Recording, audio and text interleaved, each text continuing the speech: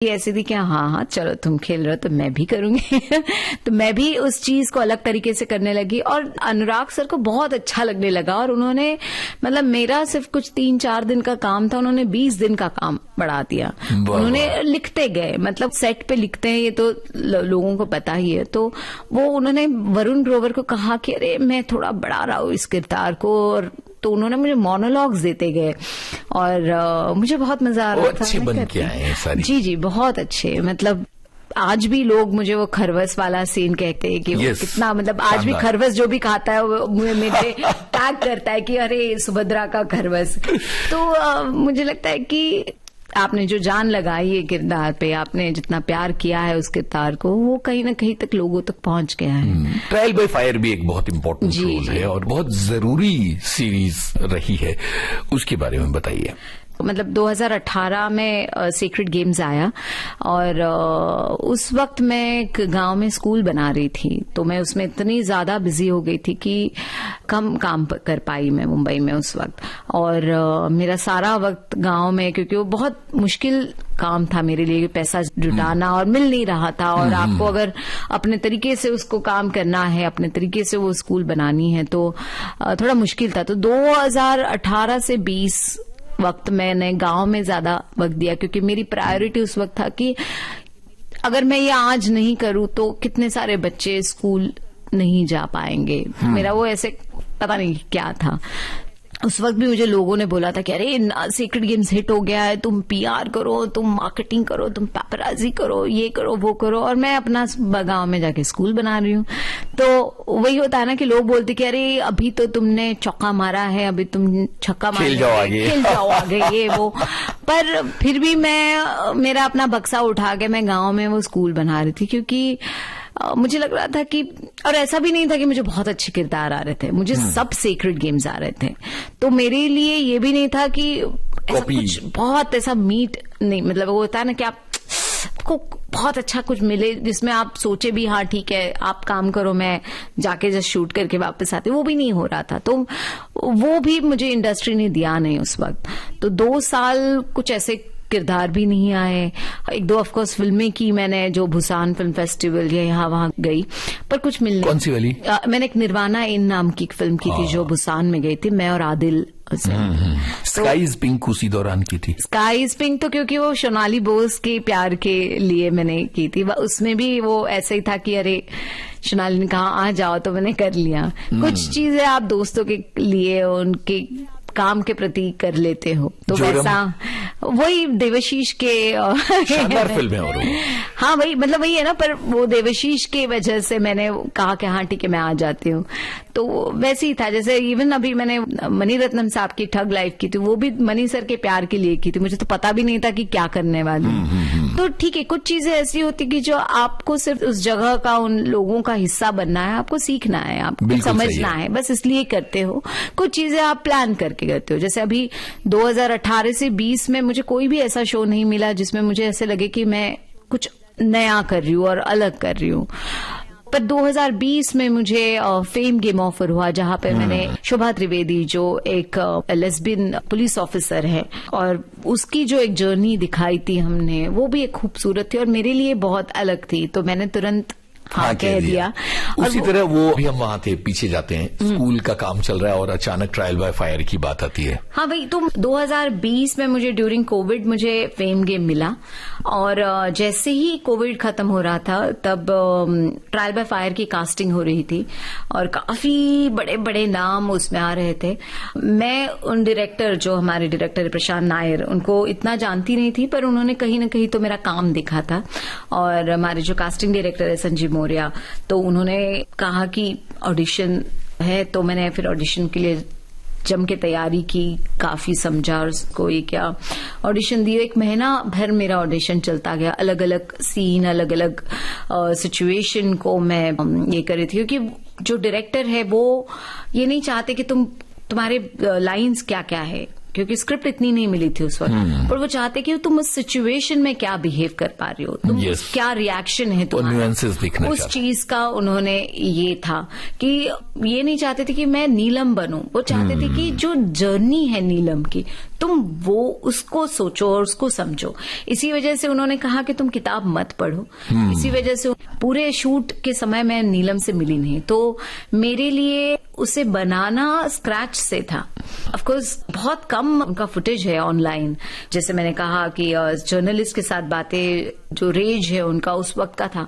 मुझे नीलम को जब वो कुछ नहीं कह रही है तो वो क्या महसूस कर रही है उसकी मैं तैयारी कर रही थी, वैसी जर्नी थी। और फॉर्चुनेटली मतलब मुझे लगता है कि नेटफ्लिक्स ने, प्रशांत नायर ने, जो हमारे प्रोड्यूसर्स है एंडमोल और सब, उन्होंने मुझे चूज किया, ये बहुत बड़ी बात हो गई। क्योंकि एक ऐसा दौर था उस वक्त भी कि आप कितने पॉपुलर हो और आपके कितना फॉलोअर्स हैं, वो जब जो या ये सारी जो चीजें थी उस पे तय किया जाता है। और पॉपुलैरिटी पे आप स्टार हो तो आपको लीड मिल पाएगा। तो उस इसमें इन्होंने मुझ पे मतलब एक चांस लिया और उन्होंने मुझे कास्ट किया। और अभय देओल मेरे साथ थे, जो बहुत प्यारी तरह से मेरा साथ दिया पूरे शो में।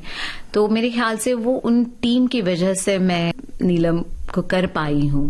मेरे प्रोड्यूसर्स, मेरे डायरेक्टर्स, सारी टीम, डीओपी, म्यूजिक, सबकी वजह से, मेरे को स्टार्स, उनकी वजह से, क्योंकि सबने मुझे साथ दिया। एक माहौल ऐसा बनाया जिसमें सबको पता था कि हम कोई ऐसी वैसी बातें नहीं कर रहे, सीरियस बात कर रहे हैं। और माहौल भी वैसा ही था कि जब भी हम काम कर रहे हैं, हम काम कर रहे हैं। ठीक वैसी ही सीरियस बात जो है वो ब्लैक वारंट में है जी। वो तो खतरनाक किरदार है। वही नहीं, और मुझे बहुत कमाल लगा कि जब विक्रम मोटवाने सर ने मुझे पर्सनली कॉल किया कि मैं चाहता हूँ कि तुम करो ये, तो मुझे अच्छा लगा। उन्होंने मेरे बारे में सोचा और उन्होंने खुद मुझे बुलाया इस बारे में कि ये तुम ही अच्छा कर पाओगी। तो मुझे इसका ये था कि चलो अच्छा है, कुछ एक आपको मिल जाता ना कि अरे आपको किसी ने वैलिडेट किया कि हाँ ये तुम्हारे लिए है। तो भले ही वो कैमियो था, पर मेरे लिए उसमें आपने कैमियो भले था, लेकिन उसमें आपने किया है वो कमाल। बहुत मजा आया। जिस तरह से वो देखती भी हैं वो खतरनाक है। हमें बनाने में बहुत मजा आया उसमें जी। तो मैंने वही कहा ना कि मुझे बहुत मजा आता है किरदार को ऐसे डिजाइन करके, गहराई में उतरना। हाँ, वही मतलब जैसे किसी को अगर खाना बनाना पसंद है तो इमेजिन आप मतलब आज थोड़ा सा नमक कम डाल के मैं थोड़ा सा आमचूर डाल दूं, ऐसा वाला है कि अच्छा ठीक है काम करती हूँ मैं। वही है, जो आपको चीज बहुत पसंद है, इमेजिन आपको वो चीज करने को मिल रही है तो आप उसमें कितना मजा ले के काम करेंगे। और ऊपर से इतनी अच्छी लिखाई जो बहुत कम मिलती है अनफॉर्चुनेटली, पर इतनी अच्छी लिखाई, इतने अच्छे लोग, तब तो आप फिर चक्का मार सकते हो। और मुझे लगता है कि हमारा लिटरेचर और हमारा अगर आर्ट फॉर्म देखे तो इतना पावरफुल है कि हम मतलब दुनिया की कोई भी जीत सकते हैं। पर वही अनफॉर्चुनेटली हम कहीं ना कहीं तो अटके पड़े हैं। पर एक ऐसा माहौल है जिसमें 2 बीघा जमीन और गर्म हवा भी बनती थी, और उस वक्त अनाड़ी और काला चोर और जागते रहो भी बनती थी। और एक ऐसा वक्त आया जब सलीम जावेद जी ने पूरा हल्ला मचा दिया, मिथुन चक्रवर्ती जी ने हल्ला मचा दिया। तो हम उन सारी चीजों से इतनी खूबसूरती से गुजरे हैं। हम वापस गए, वापस आए, मतलब श्याम बेनेगल जी ने फिर से हमें लेके आए गांव की तरह, और बासु भट्टाचार्य हो या ऋषिकेश मुखर्जी हो, उन्होंने हमें अपनी फैब्रिक की तरफ लेके गए, फैमिली डायनामिक्स की तरह लेके गए। सलीम जावेद ने हमें कहा कि मतलब मत को टच नहीं होता है, कमर्शियल की तरफ लेके वो एक और। पर वही है ना कि हम, क्योंकि एक तरह का सिनेमा हमारे यहाँ पे बन ही नहीं पाएगा, क्योंकि हम कितनी भाषाएं हैं, हम इतने विविध रंगी देश है और ये सब खूबसूरत है। मतलब मुझे लगता है कि एंटरटेनमेंट के बारे में अगर कहो तो बस उतने तक नहीं, सीरियस भी चाहिए, एंटरटेनमेंट भी चाहिए। मुझे हर तरह का सिनेमा चाहिए, मुझे कॉमेडी भी चाहिए।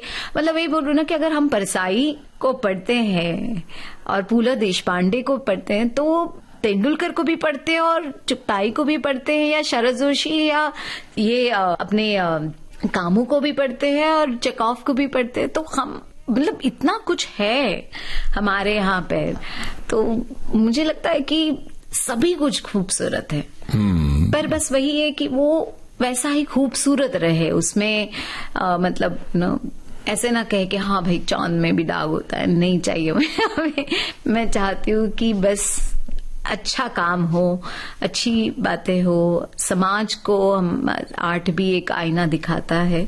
और आर्ट का काम सिर्फ ये नहीं है कि हम बस आप हमें रुझाओ, आप हमें हमारा मनोरंजन करो, नहीं है, हम उसके आगे बढ़ना चाहिए। तो आर्ट को हर एक तरीके से देखना चाहिए और हर एक के इंसान का मतलब लाइफ का हिस्सा होना चाहिए आर्ट। बिल्कुल।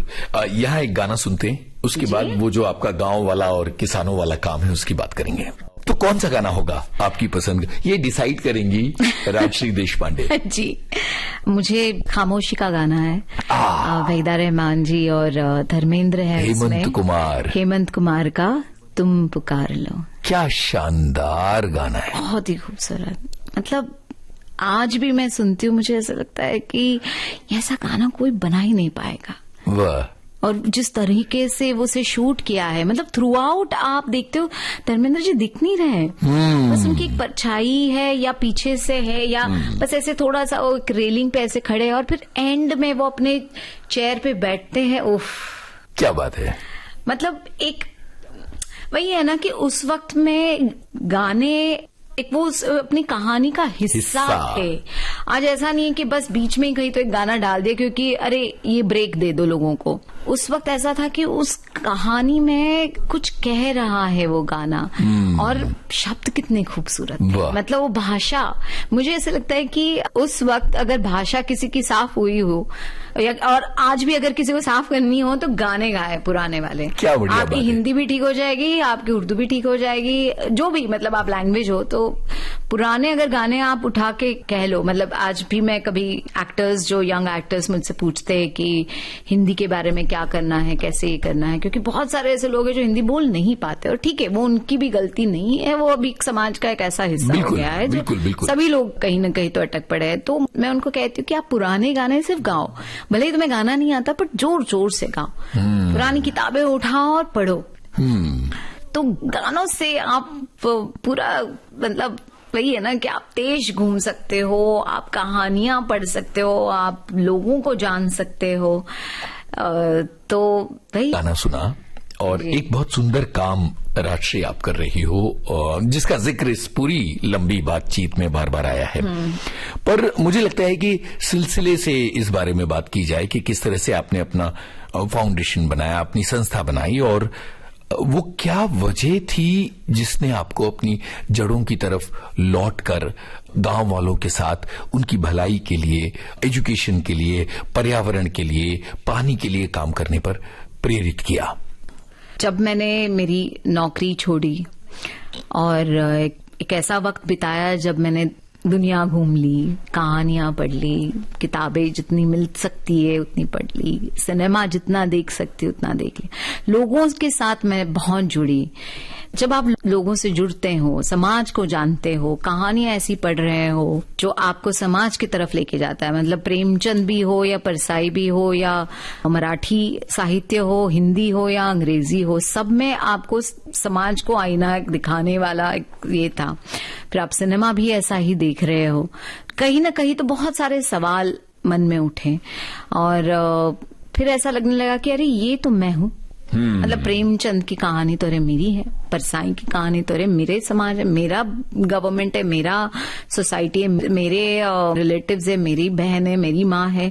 तो जब ये सब लोग अपने आसपास दिख रहे हैं और जब कहानियों से उनकी जिंदगी में मैं घुस रही हूँ, तब मुझे ऐसा लगा कि अरे बदलाव कहाँ हुआ है। मतलब आज अगर देखा जाए तो 80 साल हो गए, पर उस वक्त भी 2 बीघा जमीन, अगर आज भी ये हो तो आज भी 2 बीघा जमीन ही है। तो डॉक्यूमेंट्रीज अगर बनती गई है, सवाल उस वक्त भी उठाए थे, आज भी उठाए हैं। पर क्या है कि शायद उस वक्त जो उठाए हुए सवाल है उनके कहीं ना कहीं तो शायद जवाब मिल गए होंगे, पर हर रोज एक नया सवाल उठ रहा है। उन सवालों का क्या? और ऐसे बहुत सारे सवाल हैं जो कभी सामने आए नहीं है, और उनको फिर ऐसे कारपेट की तरह नीचे डाला गया है। और ऐसा है कि एक बार वही होगा ना कि समंदर फट जाएगा। अब कितने ब्रिजेस बनाओगे आप क्या क्या करोगे, फट जाएगा, सुनामी आ जाएगा, जमीन फट जाएगी, क्योंकि नेचर दे देता है आपको। तो आप अगर नेचर से इस तरह से लड़ रहे हो तो आप कभी जीत नहीं पाओगे। आपको समझना पड़ेगा, सीखना पड़ेगा और उसके लिए काम करना पड़ेगा। तो आप वो कहानियों के थ्रू बता तो रहे हो, मतलब जैसे मंथन जो मेरी एक बहुत ही करीबी फिल्म है बेनेगल साहब की, और उसमें ये कि जब गिरीश कर्नाड जी का किरदार कहता है कि मैं अभी निकलना हो पर तुम्हें सीखना है, क्योंकि ये तुम्हारा गांव है, तुम्हारा देश है, ये मेरा है, जितना मैं काम कर सकता किया, अब तुम्हें भी काम करना हो। पर वो एम्पावर करना बहुत जरूरी है। तो उसके लिए जमीन से जुड़ के काम करना बहुत जरूरी था। मैं बार बार यही सोच रही थी कि जैसे काश मेरे फादर को कोई मिल जाता उस वक्त, काश वो जमीन नहीं जाती, काश एक अलग तरह का एजुकेशन सिस्टम होता, काश किसान, मेरी माँ को पसंद था खेती करना, काश उसे करने मिलता, काश मेरे घर वालों को वो सपोर्ट मिलता। तो मुझे ऐसा लगता है कि ये सारी चीजें जो पर्सनल से आगे बढ़ती गई, एक गांव हुआ, फिर दूसरा गांव हुआ, फिर जैसे वही ना 5 लोग, फिर 10 लोग, फिर 50 लोग, फिर ऐसे करते करते गांव जुड़ते गए और काम बढ़ता गया। सवाल तब भी थे, अभी भी है, पर मुझे ऐसा लगता है कि आप अगर लोगों को इकट्ठा करो, आप लोगों को जागरूक करो कि हमें काम करना पड़ेगा, कोई नहीं आएगा काम करने, हमें और तुम्हें काम करना है। मैं भी कोई उन गांव की नहीं थी, मैंने अपने खुद के गांव में नहीं काम किया, मैंने ऐसे गांव में काम किया जहां पर जरूरत थी। मैं बम्बई में भी काम कर सकती थी, पर मुझे ऐसा लगता था कि बम्बई में अगर एक जगह को, मतलब आज अगर देखे तो धारावी हो या गोवंडी हो, भिवंडी हो, इन सारी जगह पे लगभग 50 NGOs काम करते हैं। बहुत सारी चीजें हैं जिससे आज भी एक सवाल ही है कि क्या हो रहा है, कैसे नहीं, है ना। तो मुझे उन चीजों का हिस्सा नहीं बनना था। मुझे ऐसा था कि मुझे सही में जहां जरूरत है और जहां तो कोई नहीं पहुंचा, मतलब गवर्नमेंट तक नहीं पहुंची थी, मतलब जो मैंने पहली नदी को रिवाइव किया, नदी को मैंने जागरूक किया, वो वहां पे काम ही नहीं हुआ था। पहली बार उस गांव में मैं कलेक्टर लेके आई थी, कलेक्टर बोले अरे इतना सुंदर गांव है मेरे, मतलब मुझे पता ही नहीं था। कौन सा गांव था वो? ये पांडरी नाम का गांव था। पांडरी, उस वक्त तो वो हाईवे भी नहीं बना था, तो बहुत मुश्किल था वहां तक पहुंचना। 2014 में 1 साल तक मैं सिर्फ लोगों को इकट्ठा कर रही थी। पहले तो उनको लगता था कि मैं कोई गवर्नमेंट की हूं, तो मुझ पे टूट पड़े थे कि आपने ये नहीं किया, वो नहीं किया, वो नहीं किया। फिर जब उन्हें पता चला कि मैं ना गवर्नमेंट से हूँ, ना कोई पैसे वाले से हूँ, ना कुछ हूँ, क्योंकि मैं मेरी माँ के साथ जाती थी, मेरे पास टीम थी नहीं, तो उनको लगने लगा कि अरे ये तो हमारे में से ही एक है। और वहां से फिर 5 लोग पहले जमा हुए, फिर 10 हुए, फिर 15 हुए, ऐसे करते करते 1 साल में वो पूरा गांव इकट्ठा खड़ा हुआ। थोड़ा थोड़ा सा उन्होंने पैसे दिए, कुछ पैसे मुझे लोगों ने दिए। जैसे उस वक्त 2015 में मैं जब काम किया, तब वरुण ग्रोवर और नीरज गहवान को मसान का ये मिला था राष्ट्रीय पुरस्कार, तो उसके उन्होंने कुछ मेरे इसमें डोनेट किए उस काम के लिए। और इनफैक्ट पवन उन्होंने भी सपोर्ट किया उस वक्त। तो पहले काम में से लोगों ने इकट्ठा करके मुझ पे पता नहीं कैसे भरोसा किया, और मैंने वो काम किया और लोगों तक वो काम पहुंचाया कि देखो ऐसा हुआ है, और वो बहुत अच्छा काम हुआ था। कितना मुश्किल था उस नदी को रिवाइव करना, क्योंकि आसान काम नहीं है ये, बहुत बरसों से जिस तरह से। जी, क्योंकि मेरे लिए ना हमेशा ये जो काम है वो ऐसा नहीं है कि अच्छा एक टास्क दिया है। मैं लोगों से बहुत इमोशनली मैं जुड़ती हूँ। मैं नहीं चाहती कि मैं वहां पे एक ऑफिसर की तरह जाऊं या एक ऐसे इंसान की तरह, आउटसाइडर की तरह जाऊं। मैं हर एक बच्चे को वहां पे जानती हूँ, हर एक औरत को, हर किसान को मैं जानती हूँ, क्या करता है, क्या नहीं करता है, किसमें कौन सी खामियां है, किसमें क्या गुण है, कौन कहाँ तक जा सकता है और कौन साथ दे सकता है। क्योंकि गांव है, पॉलिटिक्स है, ईगोज है, प्रॉब्लम्स है, पर उनको जब पता चला कि ये कोई बहुत मतलब पैसे वालों से भी नहीं है, ये खुद ये क्यों कर रही हैं, तो पहले उनका एक अनट्रस्ट वाला मामला है। तो पर वही है ना कि क्यों कर रही है। ना मुझे कोई पॉलिटिक्स में जाना था, ना मुझे कुछ पैसे मिल रहे थे, खुद के पैसे मैं खर्च करके काम कर रही थी। वो इम्पोर्टेंट था मेरे लिए कि उनको इस बात का एहसास हो कि कोई जब बाहर का आके हमारे यहाँ पे काम कर सकता है तो हम क्यों नहीं हमारे लिए काम कर सकते। हाँ। तो मैंने उनसे वही बात की, मैंने कहा क्या है ना कि हम हमेशा उंगलियां उठाते हैं, तो जब उंगली दिखा रहे हैं किसी को तो 4 उंगलियां खुद को भी देख रही हैं। तो बेशक आप उंगली उठाओ, कहो कि क्या काम हुआ है क्या नहीं काम हुआ है, पर तुम क्या कर रहे हो। यस। तो वही सवाल मैंने खुद से भी पूछा था कि मैं क्या कर रही हूँ और मैं क्या करना चाहती हूँ। मैं भी कह सकती हूँ अच्छा ये गवर्नमेंट आके कर लेगा या ये कोई और कर लेगा, ये हो जाएगा। मैं भी उनको कहूंगी कि आप यहाँ जाओ, ये फॉर्म भरो, वो करो वो करो। पर जब तक मैं लीडर्स नहीं बनाऊं, जब तक मैं एम्पावर नहीं करूं, तब तक मेरी एग्जिट पॉलिसी नहीं हो सकती। जैसे मंथन में इनका किरदार है कि पूरे उसमें वो संवाद है पूरे इसमें, जब वो कहते कि तुम ये बदलो, क्योंकि गांव में बहुत सारी ऐसी चीजें हैं, सिर्फ आप पानी पे काम करके नहीं हो सकता। आपको आरोग्य के बारे में बात करनी पड़ेगी, आपको एजुकेशन के बारे में बात करनी पड़ेगी, आपको सैनिटेशन के बारे में बात करनी पड़ेगी, आपको समझना पड़ेगा कि तकलीफें कहाँ हैं। जरूरी नहीं है कि सब कुछ अच्छा हो रहा है फिर भी तकलीफ नहीं है किसान को। जरूरी नहीं है कि हर किसान जिसने आत्महत्या की है वो सिर्फ और सिर्फ सूखे की वजह से की है। बहुत से ऐसे लोग हैं जिनको दिशा ही नहीं मिली।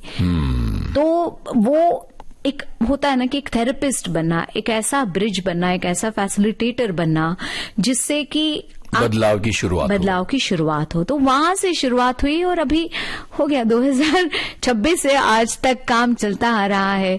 बहुत सारी नदियों के ऊपर काम किया, बहुत 4 स्कूल्स बनाए, मेरे बच्चे इतने खूबसूरती से पढ़ रहे हैं वहां पर। उनके साथ आप खेलती हैं, डांस करती हैं, जी, उनको पढ़ाती हैं, आपने ये भी बताया जूडो भी सिखा देती हैं। जूडो है, ये अलग जीवन हो जाता है। एक्चुअली मेरा काम वो है, मैं सबको कहती हूँ कि आप आओ और आप कुछ सिखाओ। मैं बस बच्चों के साथ खेलना चाहती हूँ, आप सिखाओ, आप ये बताओ। मैं इसलिए एक्सपर्ट्स को लेके आती हूँ। मैं कहती हूँ कि आप शेयर करो, आपका नॉलेज लोगों तक पहुंचना चाहिए। ऐसे लोग आने चाहिए जिन्होंने जमीन से उठ के शुरुआत की है और कभी हार नहीं मानी है, कभी डरे नहीं कि क्या होगा, और अगर गिरे भी तो फिर भी उठे हैं, और फिर गिरे फिर उठे हैं। क्योंकि किसान साल में बहुत बार गिरता है, क्योंकि कभी अनाज नहीं हुआ, कभी बारिश नहीं हुई, कभी बारिश ज्यादा हो गई, कभी पंछी ने खा लिया, कभी जमीन ने साथ नहीं दिया, कभी खुद ने साथ नहीं दिया। बहुत सारी ऐसी चीजें हैं कि तो उससे इतना जूझता है। तो बहुत स्ट्रांग होना पड़ता है किसान को, और कितना खूबसूरत पेशा है। मतलब सबसे पहली बात तो ये है कि मुझे लगता है कि जैसे कहते हैं ना कि एक नोबल प्रोफेशन डॉक्टर्स को बोला जाता था, मैं कहती हूँ कि किसान, क्योंकि वो सबसे पहले आते हैं जिंदगी में। उनको आप पढ़ाओ, उनको आप वो सारी चीजें दो जो जरूरी है। अदरवाइज एक दिन ऐसा होगा ना, गांव खत्म हो जाएंगे। आज का जो समाज है, जो यंग जनरेशन है, कोई गांव में रह के काम नहीं करना चाहता। भले ही वो फैक्ट्री में जाके 18 घंटे काम करेगा, अल्कोहलिक हो जाएगा, पर वो गांव में रह के काम नहीं करेगा। वो शहर आएगा, 10 बाय 10 की खोली में रहेगा, पर वो गांव अपने घर नहीं जाएगा, क्योंकि वो फैब्रिक ही नहीं दिया है, वो हमने उनको जगह ही नहीं दी है, उनको हमने एजुकेशन सिस्टम नहीं दिया, उनको हमने हेल्थ केयर नहीं दिया। क्यों कोई रहना चाहेगा? तो इसको ये बदलाव होना चाहिए। अदरवाइज एक दिन हम इंपोर्ट करेंगे कहीं से सब्जियां। अब ये जो ऑर्गेनिक के नाम से सारी चीजें बिकती है, जो इतनी महंगी हो चुकी है, because of all these things, क्योंकि हमने किसानों को उस तरीके से ये नहीं किया। और ब्रिज नहीं बने, पॉलिसीज तो बनाए हमने बहुत सारे, पर उन पॉलिसीज का क्या, जब तक वो लोगों तक पहुंच ही नहीं रहा है। करेक्ट है, क्योंकि है तो बहुत अच्छी अच्छी चीजें हैं, लिखे हैं बहुत, बट इम्प्लीमेंटेशन के वक्त अगर आपने उसमें कम ज्यादा किया और वहां पे कुछ गफला हो गया तो वो लोगों तक नहीं पहुंचता है ना। और आज ये कल्चर हो गया है कि आप बस फोटो निकालो, दिखा दो कि सब कुछ कुशल मंगल है, पर नहीं है। हमें बहुत काम करना है और लोगों को एकजुट होके काम करना पड़ेगा। मेरा तेरा ऐसा अगर करते जाएंगे, अगर हम लोग ईगोज और पॉलिटिक्स और इन सब चीजों में, कास्ट क्रीड में चले जाए, रिलीजन के इस पे चले जाएंगे तो काम नहीं होगा। वो भटका रहा है अपने मेन मुद्दों से। मुद्दा ये है कि हमारे गांव को सफल बनाने के लिए हमें बेसिक चीजों की जरूरत है। क्या बढ़िया बात आपने कही। यहाँ एक गाने की बात और उसके बाद मेरा आखिरी सवाल आएगा। हाँ जी। तकदीर से बिगड़ी हुई तदबीर बना ले। अपने पे भरोसा है। गीता दत्त। बाजी। बाजी।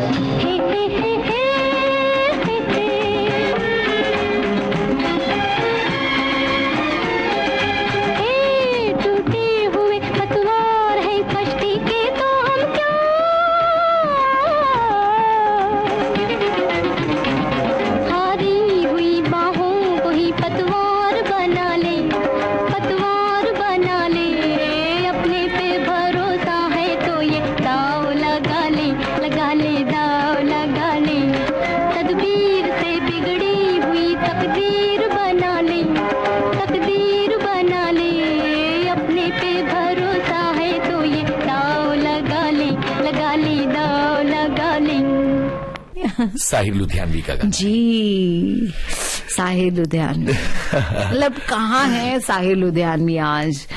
क्या मतलब, मैं वही बोल रही ना, ये जो लिख के गए हैं क्योंकि इन्होंने जिया है। बिल्कुल। उन्होंने इंटरनेट पे सर्च करके जिंदगी नहीं जी, उनके अपने सरोकार चैट जीपीटी पे नहीं जिंदगी चल रही है उनकी जिंदगी वो अपने जो मतलब जिए हैं उनको लिखा है उन्होंने। बिल्कुल। राष्ट्री, अब ये जो आखिरी सवाल है, ये एक आपकी लड़ाई के बारे में है कि ये जो हमारा समाज है ये भी बहुत सारे भेदभाव करता है और फिल्म इंडस्ट्री जो है उसमें भी कहीं ना कहीं एक बात आ जाती है जो कभी रंग रूप कद काठी वगैरह को लेके डिस्करेज किया जाता है। साहिर लुधियानवी का गाना। जी, साहिर लुधियानवी। मतलब कहाँ है साहिर लुधियानवी आज? क्या मतलब, मैं वही बोल रही ना, ये जो लिख के गए हैं, क्योंकि इन्होंने जिया है। बिल्कुल, उन्होंने इंटरनेट पे सर्च करके जिंदगी नहीं जी, उनके अपने सरोकार चैट जीपीटी पे नहीं जिंदगी चल रही है उनकी जिंदगी वो अपने जो मतलब जिए हैं उनको लिखा है उन्होंने। बिल्कुल। राजश्री, अब ये जो आखिरी सवाल है, ये एक आपकी लड़ाई के बारे में है कि ये जो हमारा समाज है ये भी बहुत सारे भेदभाव करता है, और फिल्म इंडस्ट्री जो है उसमें भी कहीं ना कहीं एक बात आ जाती है जो कभी रंग रूप कद काठी वगैरह को लेके डिस्करेज किया जाता है लोगों को। बहुत सारे यंग एक्टर्स या बहुत सारे ऐसे लोग जो दूर से इंडस्ट्री को देख रहे हैं जी, उन तमाम लोगों को अपनी इस लड़ाई के बारे में क्या कहना चाहेंगे आप? नहीं, लड़ाई तो है, कभी नहीं कह सकती मैं कि नहीं है, पर आपको चूज करना है कि आपको किस तरह से लड़ना है। आपको डिसाइड करना पड़ेगा कि आपको किस तरह का काम करना है लोगों को। बहुत सारे यंग एक्टर्स या बहुत सारे ऐसे लोग जो दूर से इंडस्ट्री को देख रहे हैं जी, उन तमाम लोगों को अपनी इस लड़ाई के बारे में क्या कहना चाहेंगे आप? नहीं, लड़ाई तो है, कभी नहीं कह सकती मैं कि नहीं है, पर आपको चूज करना है कि आपको किस तरह से लड़ना है। आपको डिसाइड करना पड़ेगा कि आपको किस तरह का काम करना है।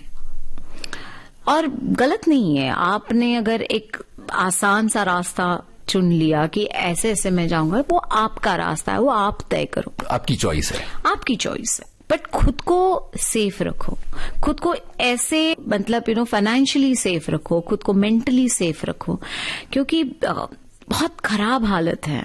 कभी कभी ऐसे लगता है कि सब कुछ अच्छा है, लोग कहते हैं कि बी काइंड, पर बहुत बार भूल जाते हैं कि अपने ही लोगों के साथ वो इस्तेमाल कर लेना चाहिए उन्होंने। तो कहना और एक्चुअल में करना बहुत अलग बात है, और ये इंडस्ट्री में बहुत होता है। और ये सिर्फ फिल्म इंडस्ट्री की बात नहीं है, ये हर एक जगह पे है। ये कॉर्पोरेट में भी है, ये मेडिकल में भी है, इंजीनियरिंग सेक्टर्स में भी है, ये साइंटिस्ट उनके यहाँ पे भी कॉलेज में भी है, सब जगह पे है, क्योंकि एम्पैथी गायब हो रही है। तो अगर आप चाहते हैं कि एम्पैथेटिक स्पेसेस मिले, सेफ स्पेसेस मिले, तो आपको उसकी शुरुआत खुद ही करनी पड़ेगी। आपको डिसाइड करना पड़ेगा कि आपको किस तरह के किरदार करने हैं। आपको डिसाइड करना चाहिए कि आपको कौन सी कहानी कहनी है और कौन सी नहीं कहनी है।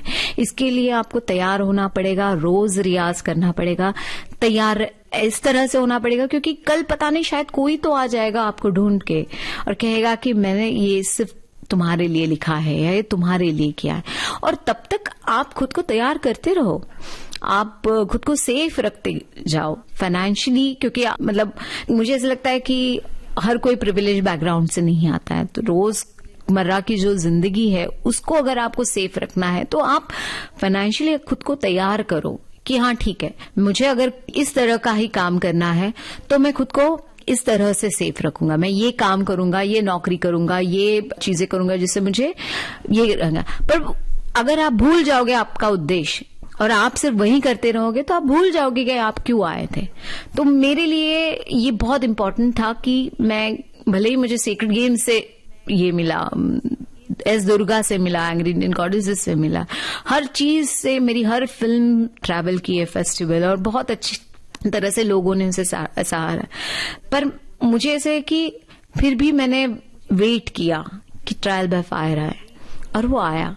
तो आप में उतनी क्षमता तैयार करनी पड़ेगी कि आप रुक सकते हो तो आप रुक जाओ, और आप खुद को तैयार करो। मतलब मेरे लिए यही है, मैं देखती हूँ कि बहुत मुश्किल है आजकल के जनरेशन के बच्चों को, जब बहुत डेस्परेशन आ जाता है तो कभी कभी गलत कदम उठा लिए जाते हैं। कभी कभी ऐसा भी है कि उनसे भी मैं कुछ सीख जाती हूँ, अरे वाह ये भी कर लेना चाहिए था। पर ठीक है, मुझे लगता है कि हर एक जो नई चीज है उसे आप डिसाइड करिए आपको कितना सीखना है, क्या लेना है, क्या नहीं लेना है, और क्या लेके आगे बढ़ना है। बहुत ही बढ़िया बात, और बहुत अच्छी एक लंबी बातचीत आपसे हुई, और राजश्री आप विविध भारती के स्टूडियो में आई, बहुत बहुत शुक्रिया। Thank you so much. Talkies में आप सुन रहे थे टीवी, फिल्म्स और ओटीटी की वर्सेटाइल एक्ट्रेस राजश्री देशपांडे से यूनुस खान की बातचीत का तीसरा और अंतिम भाग। आपको ये बातचीत कैसी लगी साथियों? अपने उद्गार हम तक हमारे फेसबुक पेज के जरिए जरूर बताएं। आपको बता दें, इस कार्यक्रम का संपादन किया मनीषा सिंह ने। विविध भारती की ओर से इस कार्यक्रम की प्रस्तुतकर्ता तेजश्री कामले। अब दीजिए इजाजत, सुनते रहिए विविध भारती, देश की सुरीली धड़कन। विविध भारती के पास है बेमिसाल हस्तियों का अनमोल खजाना। कहानी के किसी सीन की रिहर्सल चल रही थी, मैं भी टाइम पास करने के इरादे से खड़ा हो गया। जाने माने चरित्र अभिनेता जीवन, कैसे हुई थी अभिनय यात्रा की शुरुआत? डायरेक्टर ने आओ देखा ना ताओ मुझसे मुखातिब होकर बोले, अजी आप भी कुछ बोल दीजिए बरखुरदार। तो बस सिर्फ दिल बहलाने की गरज से मैं शुरू हो ही गया। बहुत कुछ कर लिया राम मखमल के गदेलों में, सुलाऊंगा तुम्हें या पत्थरों में और ढेलों में। सरे दरबार खिदमत में हर एक बांधे कमर होगा, किसी के हाथ में बल्लम कोई करता चमर होगा। वाह वाह वाह वाह वाह वाह की आवाजें बुलंद हो गई। डायरेक्टर साहब ने मुझे गले से लगा लिया, कहने लगे, बरखुरदार अरे तुम तो बॉर्न आर्टिस्ट हो, फिल्म में एक्टिंग करो, मैं तुम्हारी लाइफ बना दूंगा, फोटोग्राफी को मारो गोली। ऐसी अनमोल यादें आपको मिलेंगी सिर्फ विविध भारती पर। विविध भारती, आपका जीवन साथी। खेल रहा तो मैं भी करूंगी। तो मैं भी उस चीज को अलग तरीके से करने लगी और अनुराग सर को बहुत अच्छा लगने लगा और उन्होंने मतलब मेरा सिर्फ कुछ 3-4